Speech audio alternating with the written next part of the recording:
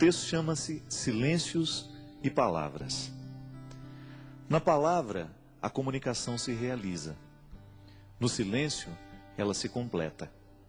Pois a compreensão se concretiza a partir do silêncio.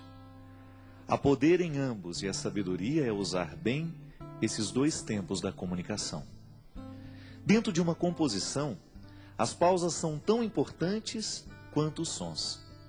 Uma boa orquestra é aquela que executa bem as dinâmicas das pausas e das continuidades. Mesmo no silêncio da pausa, a canção continua. Não diga as coisas com pressa. Mais vale um silêncio certo que uma palavra errada. O poeta mineiro Carlos Drummond de Andrade recomendava aos poetas: convive com os teus poemas antes de escrevê-los. Tem paciência se obscuros, calma se te provocam. Espera que cada um se realize e consuma com seu poder de palavra e seu poder de silêncio. A recomendação do poeta é sábia e pertinente. Um poema só é bom, se maturado na sementeira do silêncio.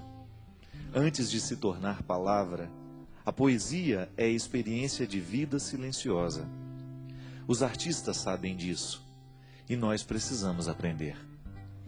Demora naquilo que você precisa dizer. Livre-se da pressa de querer dar ordens ao mundo. É mais fácil a gente se arrepender de uma palavra dita do que de um silêncio. Palavra errada na hora errada pode se transformar em ferida naquele que ouviu, também naquele que disse. Há muitos momentos da vida em que o silêncio é a resposta mais sábia que nós podemos dar a alguém. Na pressa de falar, corremos o risco de dizer o que não queremos. E diante de tudo o que foi dito, nem sempre temos a possibilidade de consertar o erro. Palavras erradas costumam machucar para o resto da vida. Já os silêncios certos, esses possuem o dom de consertar. Por isso, prepara bem a palavra que será dita. Palavras apressadas não combinam com sabedoria. Os sábios sempre preferem o silêncio. E nos seus poucos dizeres está condensada uma fonte inesgotável de sabedoria. Não caia na tentação do discurso banal, da explicação simplória. Queira a profundidade da fala que nos pede calma. Calma para dizer, calma para ouvir. Uma regra interessante para que tenhamos uma boa compreensão de um texto é justamente a calma. Só assim podemos adentrar nos significados que o autor quis sugerir e, consequentemente, mergulhar no mistério do seu texto. Leituras apressadas podem fomentar equívocos. E equívoco é uma espécie de desentendimento entre o que escreve e aquele que lê. É uma forma de obstáculo para a compreensão da linguagem. Na comunicação verbal cotidiana, isso sempre acontece. Dizemos e não somos compreendidos. Diante do impasse, duas realidades são possíveis: ou alguém disse com pressa, ou alguém escutou sem atenção. Dizer e ouvir requerem silêncio. Só diz bem aquele que pensou antes no que iria dizer, e ouve melhor aquele que se calou para escutar. A regra é simples, mas exigente. Por isso hoje, neste tempo de palavras muitas, queiramos a beleza dos silêncios poucos. É nessa mística da palavra que hoje nós queremos começar o programa Direção Espiritual. Eu sei que muitas vezes nós somos vítimas das palavras malditas. Não são poucas as vezes em que palavras malditas chegam até os nossos ouvidos. Uma palavra pode ser maldita por causa do conteúdo que ela tem, ou então por causa da forma. Hoje eu estava lendo um texto, coincidentemente, falando da música das palavras. E o escritor estava dizendo que para cada palavra há uma música diferente que nós podemos colocar nela. De maneira que você pode dizer uma coisa muito dura a alguém, mas você colocar uma música que faça bem ao ouvido de quem escuta. Então a pessoa escuta aquela palavra dura, mas com uma música bonita. Talvez tenha sido isso que Jesus soube fazer o tempo todo. Jesus dizia coisas muito duras, Mas a música das palavras de Jesus era extremamente sedutora. Porque ele sabia muito bem que não adiantava dizer as coisas sem musicalidade. Não adianta nada a gente dizer as coisas com braveza. Não. A gente será muito mais bem entendido se a gente buscar uma música suave para colocar a palavra dura. Você experimenta isso na sua vida todos os dias. Quando você precisa dizer alguma coisa de muito sério aos seus filhos, e às vezes você não sabe nem por onde começar porque você tem medo do conteúdo que você vai dizer. O conteúdo é duro, é de exigência. E os nossos filhos não estão muito acostumados a serem exigidos. Eles entraram nessa mística do mundo de hoje, nessa tendência do mundo de hoje, de que tudo tem que ser muito simples, tudo tem que ser muito fácil e rápido. E educar os filhos muitas vezes requer um discurso duro, exigente.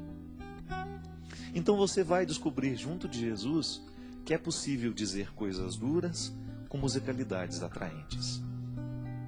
É isso que fazia com que as pessoas parassem para prestar atenção no que Jesus tinha a propor. O reino de Deus que Jesus propunha não era coisa fácil, não era coisa simples. Dá trabalho construir o reino.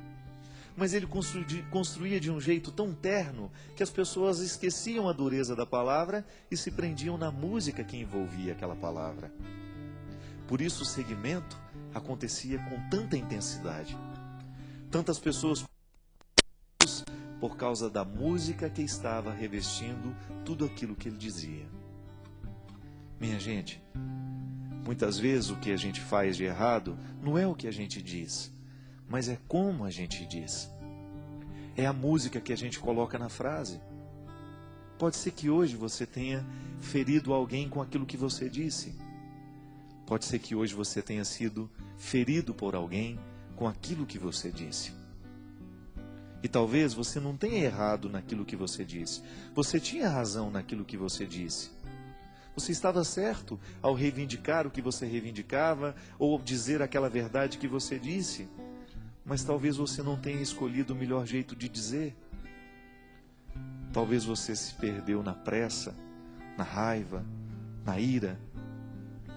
É estranho, mas na vida a gente perde a razão quando a gente fica bravo. Na vida a gente perde a ternura quando a gente se irrita, porque a ira, ela tem o poder de retirar de nós a sabedoria. E quando nós estamos fora da sabedoria, geralmente nós não sabemos colocar músicas nas palavras. Todos nós gostamos de música.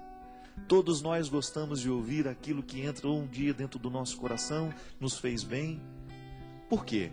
A palavra veio com música, ela não veio sozinha. O intérprete colocou naquela palavra uma intenção tão bonita que você de fato acreditou naquilo que ele estava cantando. Uma canção bem interpretada, ela expressa todo o poder de verdade que o compositor quis dar. Mas aquele que interpreta, o bom intérprete, ele faz a canção se tornar ainda mais verdadeira do que quando nasceu da mão do compositor. Porque ele soube colocar a intenção da voz. Eu, quando dava aula na faculdade de teologia, lá na faculdade leoniana, eu sempre dizia para os meus alunos que seriam padres um dia: olha, cuidado para você não ficar com um tom de voz, com um jeito de falar igual a todo mundo. Busque a melodia das palavras. Busque o seu jeito de dizer. E que o seu jeito de dizer as verdades evangélicas, que o seu jeito de ensinar o evangelho, a palavra de Jesus, as coisas boas da vida, estejam de acordo com aquilo que você verdadeiramente acredita em e identifica neste mundo como ternura. A palavra pode ser dura, mas a música que envolve a palavra não precisa ser. Porque aí você vai ter um poder de convencer muito maior do que se você estivesse usando a palavra dura com uma capa, uma armadura. Não.